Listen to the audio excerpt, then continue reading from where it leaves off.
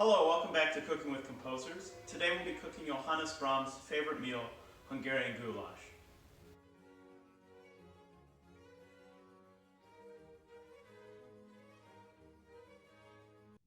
Brahms was born in Hamburg, Germany in 1833. His father was a performing musician, playing both horn and double bass. Brahms made a living playing piano in taverns and restaurants, having a preference for playing Hungarian folk music on the piano. Professionally performed music at the time started to become known as classical music because modern compositions of that day were intended to be performed alongside classical repertoire. Alright, let's go over the ingredients. We have 2 yellow onions, as well as a big old carrot, and peppers. Now, I have cherry peppers that I use, which are slightly spicier than bell peppers, but I'm throwing a bell pepper in for good measure.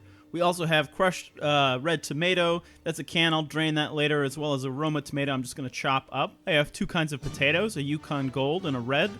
You can use your preference. Those are my favorite too. We have beef stock, as well as stew meat. And then the most important ingredient, sweet Hungarian paprika. There's a lot of different kinds. Go for that one. That's the one all the recipes recommended. First, you want to chop and prep your vegetables.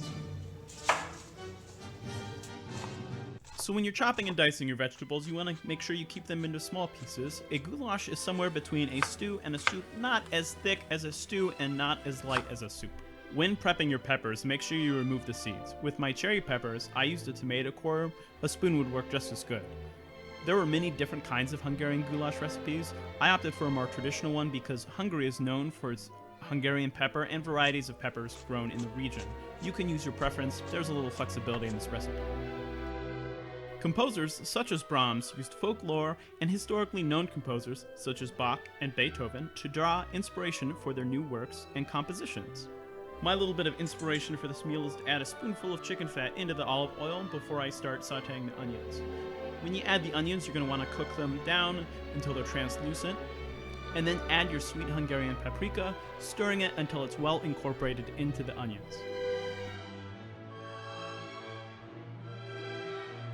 Johannes Brahms, unlike Mozart or Beethoven, completed his first symphony at the age of 43 in 1876. He had been working on it for almost 20 years. You're currently listening to his 4th and final symphony, which premiered in 1885. Stir the Hungarian paprika and onions together. You'll find that the powdered paprika reconstitutes a while you saute the onions with it. Prep your stew meat as well. I found many recipes said that American stew meat was too big for goulash and to chop it up into small, sizable bits. I found that a lot of goulash recipes vary, both in the ingredients and in the spices.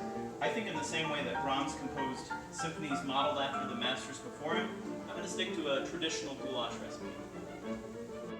Something many classical and traditional Hungarian recipes recommended was flouring the meat before you put it into the pan to get a nice crisp browning. Make sure you space it out when you put it in the pan so that everything cooks evenly. Brahms made money selling his music to publishers. He also made a living by concertizing as a piano player and conductor. Brahms had written 4 symphonies, 2 piano concertos, 2 overtures, 3 string quartets, 2 clarinet sonatas, and a German requiem. Next, you're going to add what I would call a medium amount of garlic.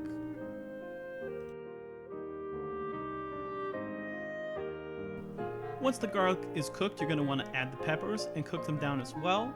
After cooking the peppers, add the rest of the vegetables.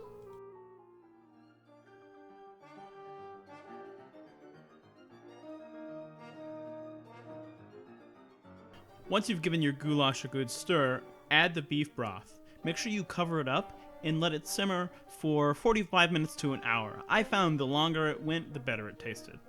As your goulash is cooking, you want to give it a taste to see how much salt and pepper you'd like to season it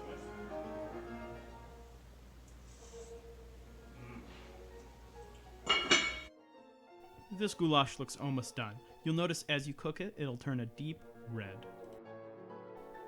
You can garnish your goulash with sour cream, parsley, and breadcrumbs.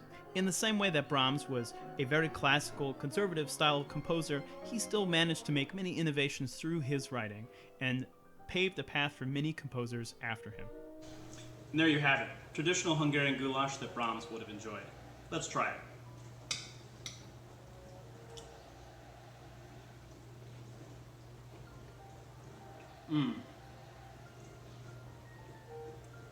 Rich, complex spice from the paprika, as well as creaminess from the rich potato.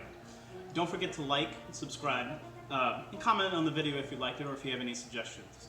Thank you so much for watching.